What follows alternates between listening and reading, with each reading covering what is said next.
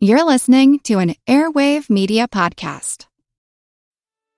My name is Greg Jackson. I'm a PhD-holding historian, a professor, and the creator of History That Doesn't Suck, a podcast that makes legit, seriously researched American history come to life through entertaining stories.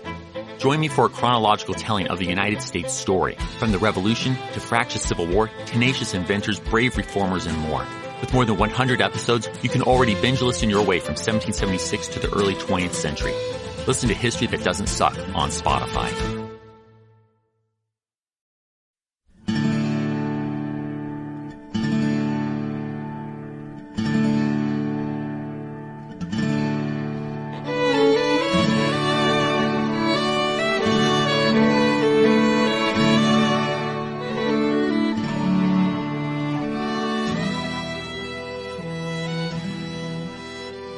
Hey everyone, welcome to episode 94 of our Civil War podcast. My name is Rich.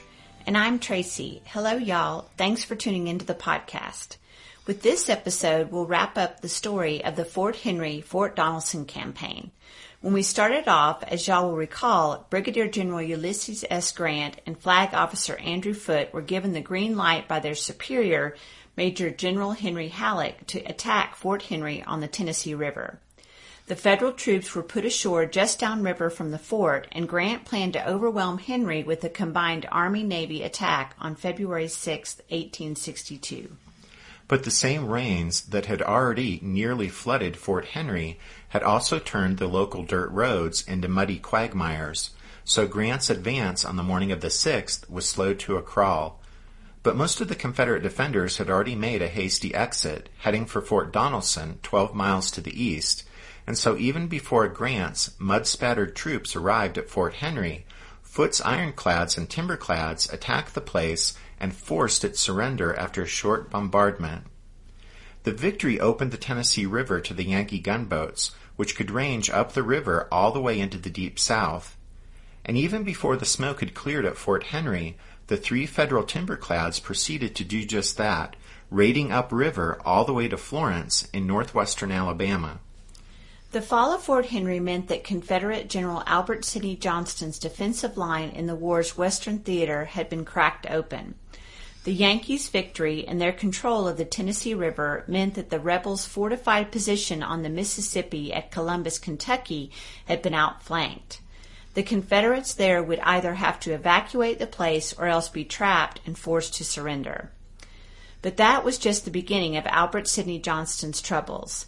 Johnston believed that if Fort Henry could not hold out against the Federal gunboats, then odds were that Fort Donelson on the Cumberland River would also fall in short order. And once the Yankees controlled the Cumberland, their gunboats and transports could sail up the river to Nashville.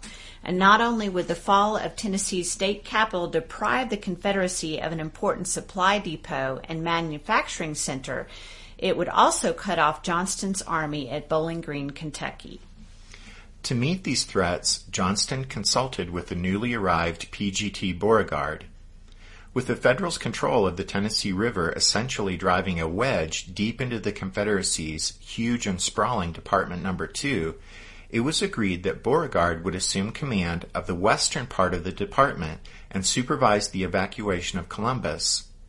Albert Sidney Johnston would retain command of the eastern half of the department and personally supervise the retreat from Bowling Green as the army there withdrew southward to cross the Cumberland River at Nashville. Johnston knew that his decision meant the Confederates would not only be retreating from southern Kentucky, but that most of Tennessee would also be lost, allowing the Federals to advance and stand on the borders of the Deep South states, where they would threaten the line of the Memphis and Charleston Railroad, the South's most important east-west transportation artery. Albert Sidney Johnston realized that retreating from Kentucky and giving up most of Tennessee would put him in a desperate situation, but he believed he had no choice. Well, he did have a choice, but he was unwilling to rush his entire army to Fort Donelson and risk an all-or-nothing battle against Grant at that spot. And so while Johnston supervised the Bowling Green retreat himself and sent Beauregard to take charge of the withdrawal from Columbus, he pursued a curious course with regard to Fort Donelson. He reinforced the fort, sending thousands of more troops there, and yet he refused to fully commit to its defense since he believed that the Yankee gunboats alone could subdue the place. It's unclear just what Johnston's intentions were with regard to the defense of Fort Donelson. It seems as if he wished a stand to be made there, long enough at least to buy time for the Bowling Green force to safely retreat, but then he seems to have expected the garrison to cut its way out and rejoin him south of Nashville. If those were Johnston's intentions, he doesn't seem to have made them very clear to the officer he placed in command of Fort Donelson, Brigadier General John B. Floyd. Floyd was a former governor of Virginia and had served as Secretary of War in James Buchanan's cabinet, but despite those impressive credentials, he was utterly unsuited to hold high military command during the Civil War, and he proved to be a hopelessly inept political general. To his credit, Floyd knew he was in over his head commanding the Cumberland River defenses, but although he pleaded with Albert Sidney Johnston for specific guidance, Johnston couldn't be bothered to personally attend to the critical situation at Fort Donelson. As for Ulysses S. Grant, in his book Decision in the Heartland, Stephen E. Woodworth writes, quote, "While the Confederates braced themselves for the next blow, Grant was only too eager to give it. In his dispatch notifying Halleck of the capture of Fort Henry, he added, 'I shall take and destroy Fort Donelson on the 8th and return to Fort Henry.' What prevented him from doing so was the weather. 'Rain, snow, and sleet,' wrote an Illinois colonel to his wife. 'The whole country nothing but mud and slush, the roads impassable almost for horses, movements with artillery impossible.' Besides, Flag Officer Foote's gunboats were temporarily laid up for several days for repairs at Cairo. So, vexed and impatient, Grant had to wait." End quote. But Grant only had to wait until February 12th, and on that day he started his army on the march to Fort Donelson. After brief skirmishing along the line of march, the Federal troops reached Donelson and began to invest or move into position around the fort. A cold north wind began to blow that night, and the soldiers of both sides, many without blankets or overcoats, spent an uncomfortable night as they tried to stay warm as best they could without lighting campfires, which were not allowed since the opposing lines were so close together that fires would have attracted the attention of enemy sharpshooters or artillery pieces. The next day, the 13th, minor fighting flared up at several places along the lines, but not a major engagement, since Grant was waiting for Foote's gunboats and transports to arrive. Rain started to fall on the 13th, and after dark, as the temperature plunged once again, the rain turned to sleet and then to snow. The soldiers of both sides spent a miserable night exposed to the brutal weather. By morning, 3 inches of snow had fallen, and the temperature was well below freezing. When dawn came at last on February 14th, Grant went to meet with Foote, whose flotilla had arrived just downriver from Fort Donelson during the night. At his meeting with Foote, Grant pressed the naval officer to make an attack as soon as possible, since Grant was hoping the Navy would be able to replicate the victory it had won at Fort Henry. Because if Foote could do that here at Fort Donelson, it would mean Grant's army wouldn't have to go through the grim and tedious business of subjecting the place to a prolonged siege. And so while Grant's reinforcements began to file off the transports and march toward the front lines, Foote readied his ironclads and timberclads to attack the enemy fort. But when the Yankee gunboats steamed upstream on the afternoon of the 14th and attacked the rebels' water batteries, they discovered that Fort Donelson was not Fort Henry.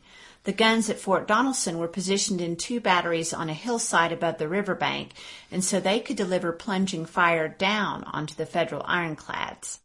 Despite the enemy's advantage, Foote's gunboats drove stubbornly forward against the Cumberland's swift current, moving in ever closer to the rebel batteries. They fired about 1,000 shells, yet they did no significant damage to the Confederate positions and caused no casualties among the defenders.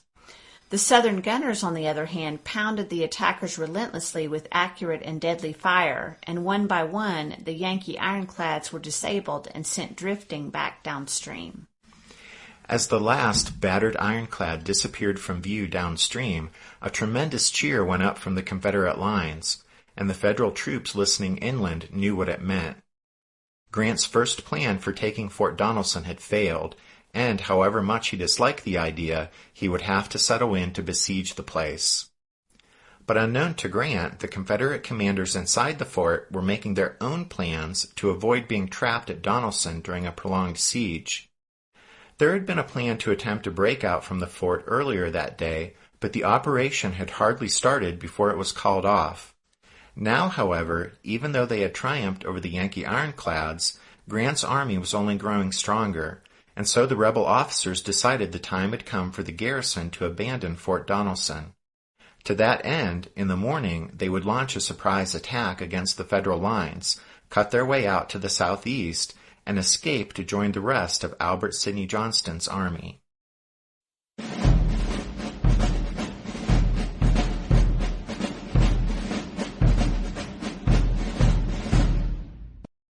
The night of February 14th was a second straight night of snow and extreme cold, and so once again few of the miserable men on either side of the lines got much rest, as without overcoats or fires they strove just to avoid freezing. For most of the frozen Federals, not only had their regimental baggage still not caught up with them, but now hunger was beginning to gnaw at them as rations were also in short supply, since the limited number of wagons available had to haul provisions all the way from Fort Henry or over the rough road from the little landing on the Cumberland several miles to the north. Meanwhile, across the way, the shivering Confederate soldiers suffered through another sleepless night as their officers, in confusion and haste, struggled in the winter cold and darkness to prepare their units to participate in the major attack that was set to kick off at dawn. The Confederate plan was to shatter the extreme right of the enemy line with a surprise attack, and with that sudden hammer blow to open the Forge Road and Wynn's Ferry Road out of the town of Dover. Using those roads to escape from Fort Donelson, the garrison would eventually get to Nashville and join the rest of the Confederate army that had already completed its retreat from Bowling Green. Gideon Pillow would lead the actual attack on the Federal lines, while Simon Bolivar Buckner would position his men so they could act as the rear guard while the rebels made good their escape from the fort. The breakout was to commence at dawn on the morning of Saturday the 15th, but as we mentioned near the end of last week's show, the briefing of the Confederate brigade and regimental commanders was short on critical details with regard to the attack and the evacuation plan, and as a consequence, most of the rebel officers had either a confused or mistaken idea as to the objectives when they went into battle. At his headquarters at the Widow Crisp House, Ulysses S. Grant was up early on Saturday morning. He was going out to meet with the wounded Andrew Foote and find out the condition of the battered Federal gunboat flotilla. Before he departed his headquarters, Grant left orders to his 3 division commanders that they were to hold their positions and do nothing that might provoke a major engagement. As we mentioned last week, C.F. Smith's division held the left or northern part of the Federal lines around Fort Donelson, while the right or southern sector was held by John McClernand's division. And then just the day before, a new 3rd Division had been created from the just arriving reinforcements, and Grant gave it to Lew Wallace. This new 3rd Division was put into the center of the Union line where it plugged the gap that had previously existed between Smith's and McClernand's forces. As Grant and some of his staff set off northward about sunrise, they could hear some small arms and even artillery firing in the distance. But there had been a bit of shooting every morning as the troops on each side of the lines began to move about and thaw out. And so on the morning of the 15th, Grant thought nothing of the firing he could hear off in the distance, later writing, quote, "When I left the line to visit Flag Officer Foote, I had no idea that there would be any engagement on land unless I brought it on myself. The enemy, however, had taken the initiative." End quote. The enemy had indeed seized the initiative, and what Grant was hearing was actually the beginning of the Confederate attack on McClernand's division. As y'all might recall, in the last episode we made a passing mention to the fact that late in the afternoon the day before, Grant had ordered Colonel John MacArthur's brigade to march over from the Union Army's left wing and bolster the extreme right of McClernand's line. But MacArthur's men had arrived after dark, and truth be told, on Saturday morning MacArthur wasn't even sure what exactly was expected of him or even where he was. As it happened, the rebels' surprise attack that morning struck MacArthur's men first. Before the day was over, the unlucky brigade would suffer about 27% casualties. Gideon Pillow attacked out of the Confederate lines with 14 regiments, and their weight soon began to tell on the surprised Yankees. After an hour, MacArthur's Federals were falling back to keep from being encircled, and the next Federal unit to their left, the brigade led by Colonel Richard J. Oglesby, was giving ground as Pillow fed more and more rebel regiments into the attack and peeled back the extreme right of the Federal line like opening a tin can. A lieutenant in the 18th Illinois, in Oglesby's brigade, said, quote, "The rebels opened fire on our pickets and run them in. We formed the line of battle, expecting only a slight skirmish, but when we came to the brow of the hill, we seen our mistake, for we could see them coming in columns of regiments, and the firing was terrific, beyond description." End quote. With the continuing success of the Confederates' attack, McClernand's situation was rapidly deteriorating, and so he sent a messenger to Army headquarters to request assistance. But Grant had left for his meeting with Foote, and none of his staff who had remained behind would take responsibility for changing the commanding general's standing orders that nothing was to be done that might bring on a major engagement. The Federal soldiers hit by the Confederate attack were not panicking. They were putting up a stubborn resistance, but nevertheless the relentless rebel assault continued to shove the Yankees back and slowly but surely roll up their line. Since, with Grant absent, help would not be coming from Army headquarters, a desperate McClernand turned to his left, to Lew Wallace and his division for help. When McClernand's messenger, a major, galloped up, he breathlessly told Wallace, quote, "The general told me to tell you the whole rebel force in the fort massed against him during the night. Our ammunition is giving out. We are losing ground. No one can tell what will be the result if we don't get immediate help." End quote. But Wallace refused the plea for help. He had only been a division commander for about 18 hours and was understandably hesitant to violate Grant's standing orders. But by the time another messenger from McClernand arrived, a colonel tearfully pleading for help, everything Wallace had seen and heard from that direction convinced him that whether the absent Grant wished it or not, a major engagement was already taking place, and in fact the entire Federal right was in danger of collapsing and a disaster was in the making. So when McClernand's second messenger arrived, Lew Wallace was prepared to act on his own authority. He detached a brigade under Colonel Charles Cruft and sent it to McClernand's aid. Cruft's troops arrived on the Federal right just in time to support hard-pressed units from MacArthur's and Oglesby's commands who were almost out of ammunition. By that time, many of McClernand's men had been fighting for 3 hours and had long since used up their 40 rounds and were reduced to scavenging among the dead and wounded for more ammunition. When Cruft came up, some Union regiments were reluctantly leaving the fight and making their way to the rear, looking for ordnance wagons so they could replenish their empty cartridge boxes. On the Confederate side of the fight, Gideon Pillow seemed to be everywhere, rallying and personally leading forward the main rebel assault as it slowly but surely rolled up the Federal line. But although Pillow's part of the attack seemed to be on the verge of success, Simon Bolivar Buckner's part of the plan wasn't going so well.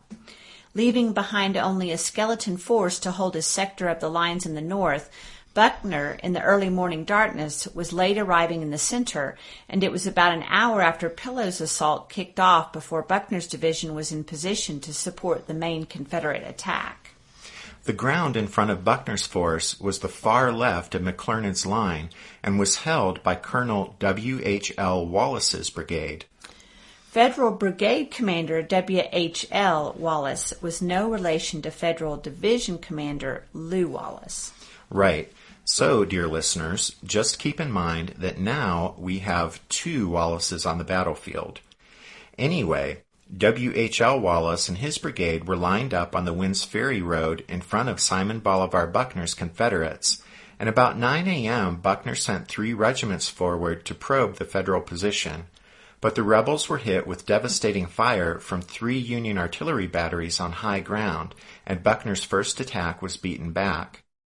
But Wallace's position was now being squeezed from 2 directions, from Buckner to the front, and also from the right, where Pillow's force was still relentlessly moving forward, steadily applying pressure and still rolling up the Federal line.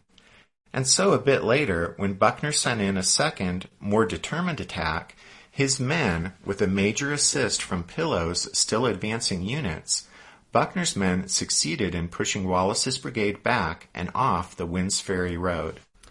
Sometime just past noon, our 2 Wallaces met, here on the battlefield for the first time. Lew Wallace saw an officer riding toward him, at the head of 400 or 500 soldiers in retreat from the collapsing Federal right.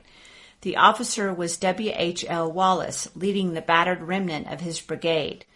Lew and W.H.L. exchanged greetings, and then W.H.L. informed Lew that the rebels were just back over the hill and would be along shortly, telling Lew, quote, "You will about have time to form line of battle right here," end quote. Lew Wallace took that excellent advice and positioned 9 regiments into line of battle on good defensive ground, and then waited. He did not have to wait for very long, though, before the Confederates attacked his position. For the next hour, Lew Wallace's men stubbornly held their ground as the rebels attacked again and again and again, but this time the Federals could not be shoved back. On his first full day as a division commander, Lew Wallace had finally halted the Confederate attack and stopped the collapse of the Union Army's right flank. But in his book, Where the South Lost the War, an analysis of the Fort Donelson campaign, Kendall Gott explains that, quote, "So far the Confederates had exceeded all expectations. It was an achievement worthy of the highest praise for Southern armies. Although miserably armed and poorly trained, the Confederate soldiers had pushed their counterparts back over a mile or 2 of rugged, timbered, and snow-covered terrain. The sortie had opened the roads to Nashville. As it stood at 1 p.m., the Union right flank was forced back onto the center, and General Buckner held the escape route open. All that was left of the plan was to extract the men and as many supplies as they could carry." End quote.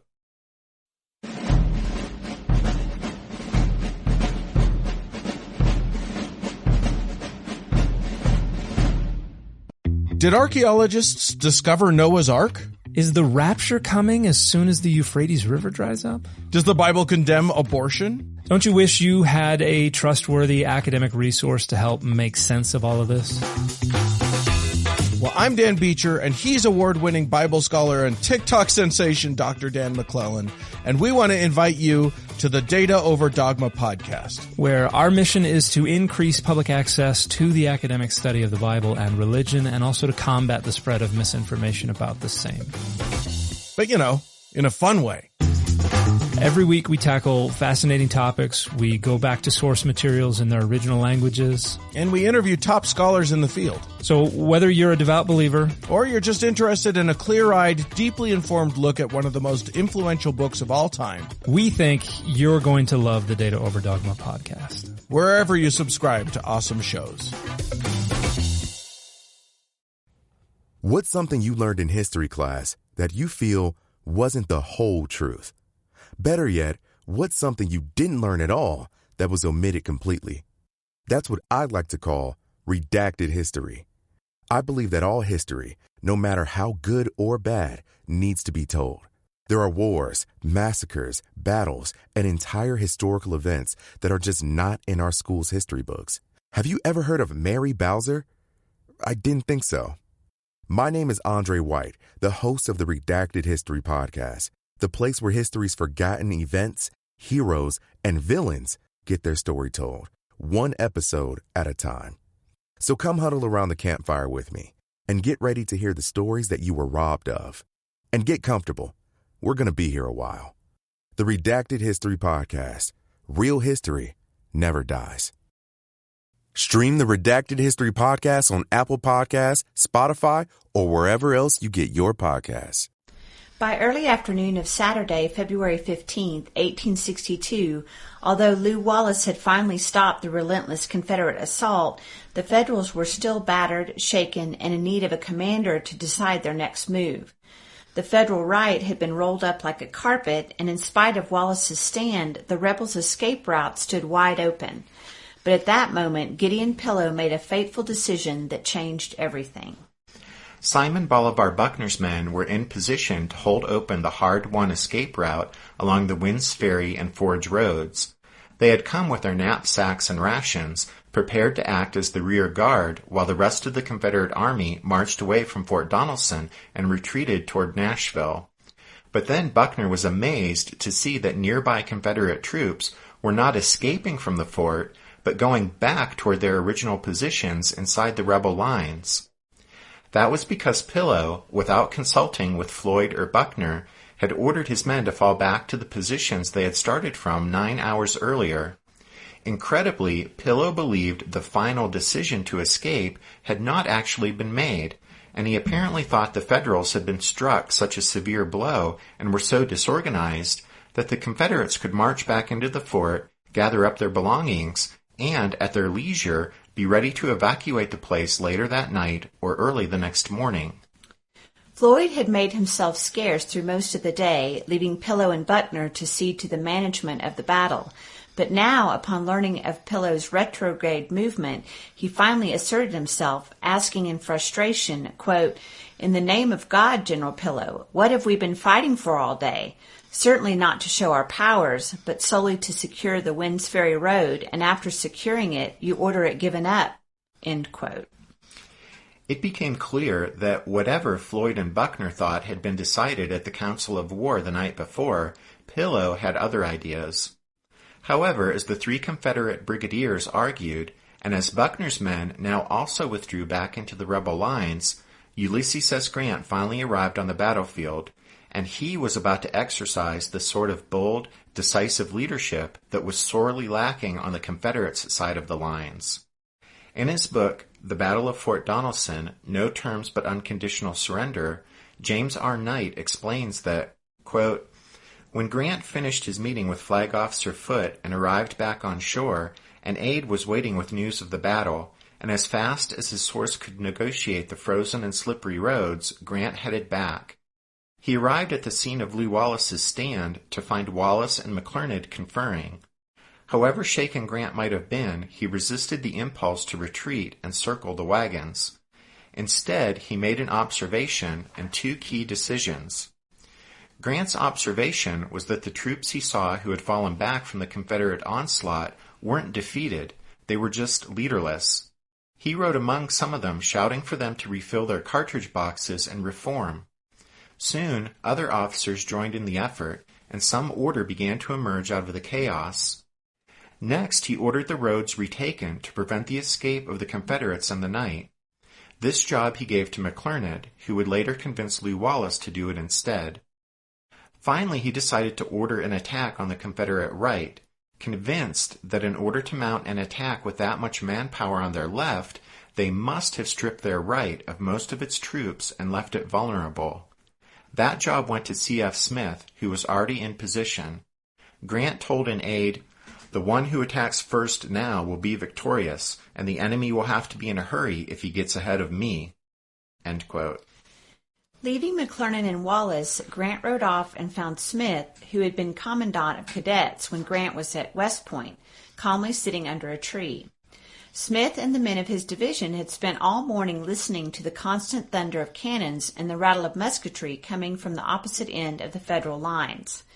It was sometime after 2 p.m. when Grant found Smith and explained the situation. Grant was in a desperate spot, but he believed that in order for the Confederates to mass the men to attack to the south, there must only be a token rebel force still opposite Smith's sector. Grant concluded with, "All has failed on the right. You must take Fort Donelson." Smith, the consummate professional, simply looked at his former student and said, "I will do it." Charles Ferguson Smith spent 36 years of his life as a soldier, but this afternoon at Fort Donelson would be the finest moment of his career.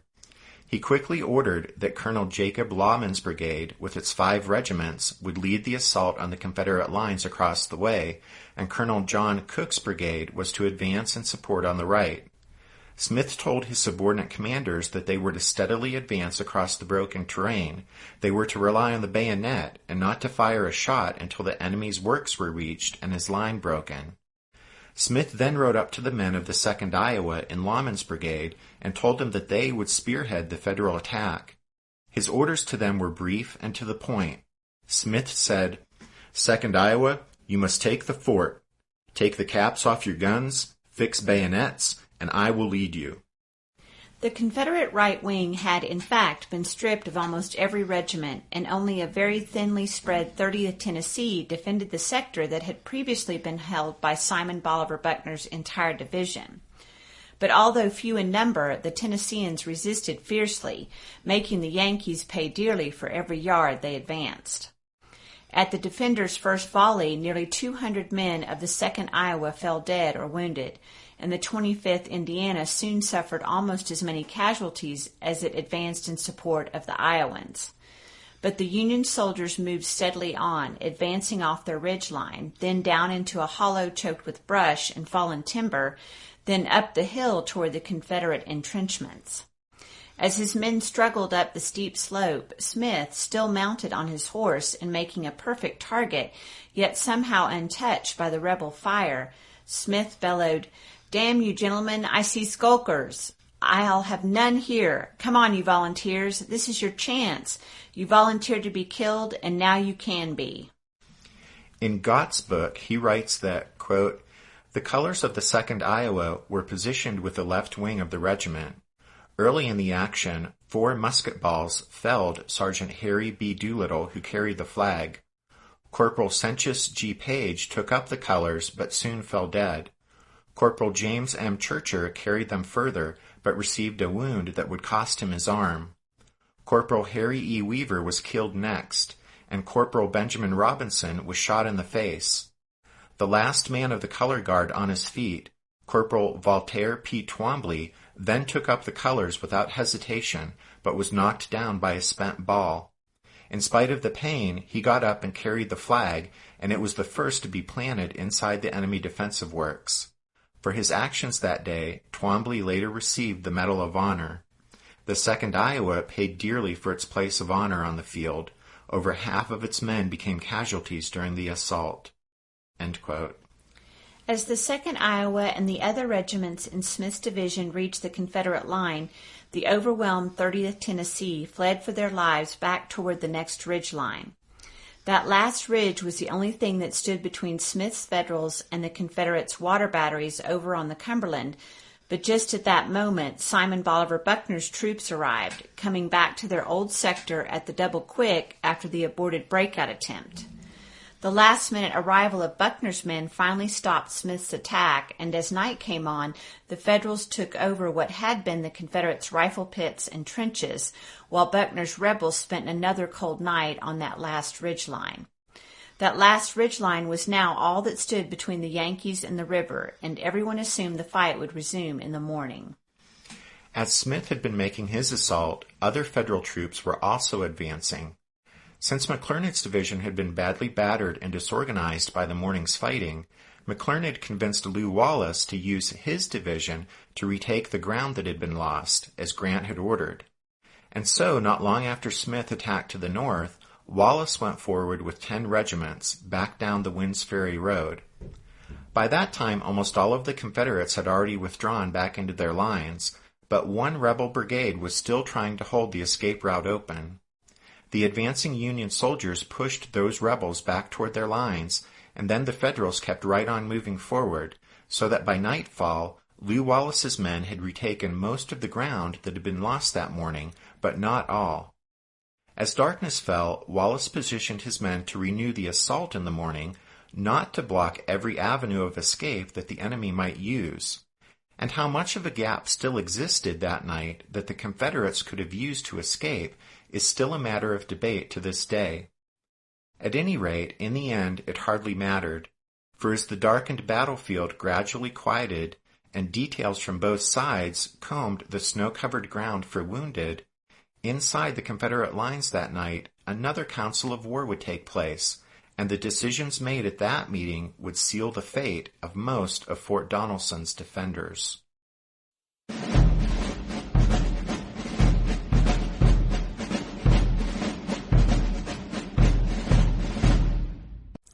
That night, Floyd, Pillow, and Buckner argued about Pillow's decision to abort the breakout and withdraw back inside the Confederate lines. But as far as most of the rank-and-file rebel soldiers were concerned, they may be cold, hungry, and bone-tired, but they believed that they had beaten the Yankees that day, and now they awaited the orders that would send them marching back out to evacuate the fort. And indeed, early reports that reached Confederate headquarters seemed to confirm that the escape route was still open. But then other reports started to come in, reporting that enemy campfires could now be seen all across the ground the rebels would use to evacuate the fort. Had the escape route been closed off after all? No one could agree, so they sent for Nathan Bedford Forrest and asked him to send out some cavalry scouts. Forrest himself went out and reported that the road closest to the river was still unguarded, although it was flooded at one point for a couple of 100 yards, and the water was saddle-skirt deep on the horses. That meant mounted men might be able to use the road to escape, but asking infantry to wade through the ice-cold water in the frigid temperatures was another matter entirely. In the end, Simon Bolivar Buckner was apparently the first one to bring up the possibility of surrendering. He was sure C.F. Smith would renew his attack in the north in the morning, and Buckner claimed that, given the exhausted condition of his men, they wouldn't be able to withstand the Federal assault for even half an hour. As for trying to fight their way out or having the infantry wade through the ice-cold water on the flooded road, well, Buckner was sure either course would mean the sacrifice of too many of the defenders.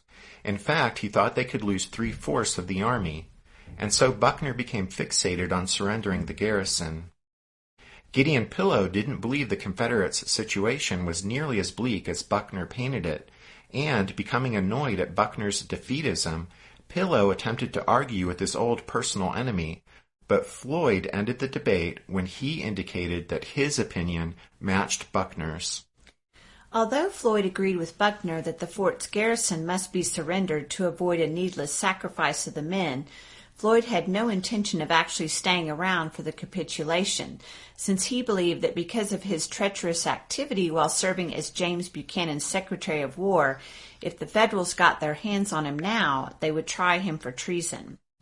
Pillow, still not agreeing with the decision to surrender the garrison, also said that he would not give himself up to the enemy. With Floyd and Pillow having made their choices, such as they were, one of the most shameful episodes of the war then proceeded to unfold. It was agreed that Floyd would turn over command to Pillow. Gideon Pillow would then relinquish it to Buckner, and while Floyd and Pillow made good their personal escapes, Buckner would open surrender negotiations with Ulysses S. Grant. With that, Floyd turned to Pillow and told him, "General Pillow, I turn the command over, sir." Pillow replied, "And I pass it," to which Buckner said, "I assume it."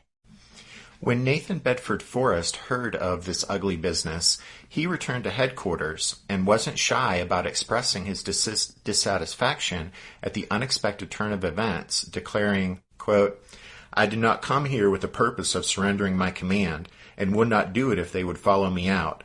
I intend to go out if I save but one man." End quote. Forrest then gathered all his cavalrymen who would go with him and added some other willing souls riding artillery horses, about 500 or so men in all, and made his way out the river road and across flooded Lick Creek, all without a shot being fired at him. He would always remain firmly convinced that most of the garrison could have escaped that same way if the generals had only been willing to try. Simon Bolivar Buckner composed a short note to be taken across the lines to Grant. The bearer of the note went across the Union lines in C.F. Smith's sector, and Smith then took him to Grant's headquarters. As Smith warmed himself by the fire at the Widow Crisp house, Grant read Buckner's note. It said, "Sir, in consideration of all the circumstances governing the present situation of affairs at this station, I propose to the commanding officers of the federal forces the appointment of commissioners to agree upon terms of capitulation of the forces and posts under my command, and in that view suggest an armistice until 12 o'clock today." After he finished reading Buckner's note, Grant passed it to Smith and asked what answer he should send back. Smith growled, "No terms to the damned rebels." Grant laughed and then sat down and wrote out his reply. It read, "Sir, yours of this date, proposing armistice and appointment of commissioners to settle terms of capitulation, is just received. No terms except unconditional surrender can be accepted. I propose to move immediately upon your works." When Grant had Smith read it, the old soldier's only comment was, "Same thing in smoother words." Buckner was perhaps expecting a more cordial response from his old friend Grant, since the rebel officer's reply read, "Sir, the distribution of the forces under my command, incident to an unexpected change of commanders, and the overwhelming force under your command, compel me, notwithstanding the brilliant success of the Confederate Army yesterday, to accept the ungenerous and unchivalrous terms which you propose." As word of the surrender filtered out to the Confederate soldiers, most were still preparing for the renewal of the battle, and they were first shocked and disbelieving, and then angry at the news that the garrison was being surrendered. Meanwhile, Pillow and Floyd were making their getaways. Pillow was rowed across the Cumberland in a small boat and eventually made his way overland to Nashville. Floyd collected his brigade, 4 Virginia regiments, and the 20th Mississippi, and he then commandeered 2 steamboats that had just docked at Dover. Floyd ejected 400 just-arrived reinforcements from the boats, condemning them to capture, and then had his Virginians start boarding, while he ordered the 20th Mississippi to guard the landing against the growing mob of desperate Confederate soldiers seeking to escape the doomed fort. When the last of his Virginians were aboard, Floyd had the steamboats cast off, leaving the hapless Mississippians stranded ashore. Well, obviously, Tracy was a bit nervous and afraid to give me any of the juicy parts here at the end with regard to John B. Floyd and his relinquishing of command or his conduct here at the steamboat landing at Dover, since she thought his actions might push me over the edge in a spectacular fit of indignation and condemnation. But just to show that I can be a model of restraint, I'll simply allow the useless bastard's contemptible behavior to speak for itself. And that's all I've got to say about that.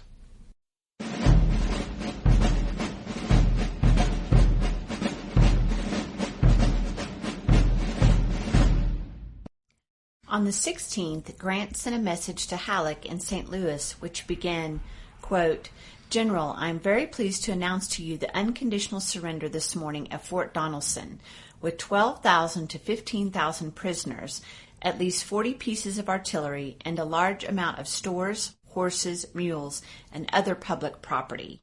End quote. The actual number of Confederates that went into captivity with the surrender are still in dispute, but Grant's message to Halleck was likely correct in that it was somewhere between 12,000 and 15,000 men. The garrison at Fort Donelson was the first of 3 Confederate armies that would surrender to Ulysses S. Grant during the course of the Civil War. The other 2 will be at Vicksburg and at Appomattox. All through the day on Sunday, the 16th, Confederates marched into Dover, stacked their arms, and then stood around in the still miserable weather. Colonel Charles Whittlesley of the 20th Ohio wrote, quote, "Crowds of Confederates, very few of whom were in uniform, and who were unable to find shelter, stood in groups in the rain under guard of our men. A more pitiable collection of human beings was probably never seen. Dejected and exhausted, hungry, wet, and cold, they huddled together in the mud and rain, waiting for the rolls to be made out and rations issued. Very few had blankets or overcoats. Some were without hats, their heads and shoulders wrapped in shawls as protection against the rain." End quote. Toward the end of that day, the Confederates began to be loaded onto steamboats that would take them north into captivity, where they would go into prisoner of war camps in Indiana, Illinois, Ohio, and at Boston. Not all of the prisoners made it to POW camps, though. Some Confederates simply walked away into the woods in the confusion following the capitulation. That's exactly what Bushrod Johnson did. After his escape, he'll command a brigade at the Battle of Shiloh in April. All of Grant's division commanders and most of his brigade commanders received promotions after the victories at Fort Henry and Fort Donelson, but Grant's came first. On February 19, 1862, Abraham Lincoln presented Grant's name to the Senate for confirmation as a major general, and along with the promotion, the northern newspapers bestowed a new nickname upon him. U.S. Grant became Unconditional Surrender Grant. Grant's terse reply to Buckner's note made him famous with the Northern public, and he was now a national hero. While often considered a relatively minor action, especially compared with later battles in the West like Shiloh or Vicksburg or Chickamauga, nevertheless, it's really not possible to overstate the strategic impact of Grant's twin victories at Forts Henry and Donelson. In the span of just 10 days, Grant had engineered a campaign that forced Albert Sidney Johnston to completely abandon the Confederate defensive line in the war's western theater. The back-to-back victories were body blows, forcing Johnston to give up an area of almost 20,000 square miles. The Federal timberclads had already raided all the way up the Tennessee River into the Deep South to Florence, Alabama, and just over a week after the fall of Fort Donelson, Grant sent 2 brigades of troops up the Cumberland River, and Nashville fell to them without a shot. The fall of Forts Henry and Donelson began the downward spiral of Confederate hopes in the West. Near the end of his book on the battle, James R. Knight writes that, quote, "What Ulysses S. Grant and his men did on the Tennessee and Cumberland rivers those 10 days in February dictated the conduct of the war in most of the Western theater for the next 18 months. The Confederate Army in the West would fight on for 3 more bloody, terrible years, but it would never completely recover from the disaster at Fort Donelson." End quote.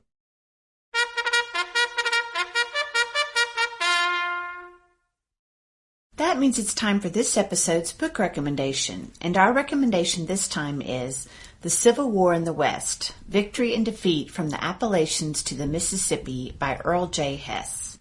Since we were just talking about how the Federal victories at Forts Henry and Donelson started the downward spiral of the Confederate hopes in the West, we thought we'd recommend a book that looks at the big picture as far as the Western theater of the Civil War, and Hess's book is an excellent study of the battles and campaigns and geography and soldiers and civilians that played a part in how the war was waged in that most critical region. So that's The Civil War in the West, Victory and Defeat from the Appalachians to the Mississippi by Earl J. Hess, and you can find it and all of our other book recommendations at the podcast website, which is www.civilwarpodcast.blogspot.com. As we close, we want to thank everyone who has left us those great 5-star ratings and reviews on iTunes. And then don't forget that you can join us on Facebook and also follow us on Twitter. Yep. This past week on Facebook, you would have got a sneak peek at the next 5 things that are coming up on the podcast timeline, as well as finding out how Stephen Colbert set Civil War scholar James McPherson straight on the cause of the war. And on Twitter, we're still covering what happened 150 years ago during the Civil War, as well as bringing other interesting historical stuff to your attention. You can find handy links to our Facebook page and our Twitter feed if you go to the podcast website.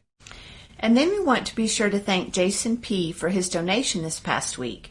Jason is from Arkansas, not too far from my hometown of Fayetteville. And Jason also sent us some photos from the activities commemorating the 150th anniversary of the Battle of Westport in Missouri near Kansas City. And we put those up on Facebook, so thanks for those, Jason. And then thanks to all of y'all for tuning in to this episode of the Civil War, 1861 to 1865, a history podcast. Rich and I hope you'll join us next week when we start to look at Sibley's New Mexico campaign. But until then, take care. Thanks, everyone. Bye.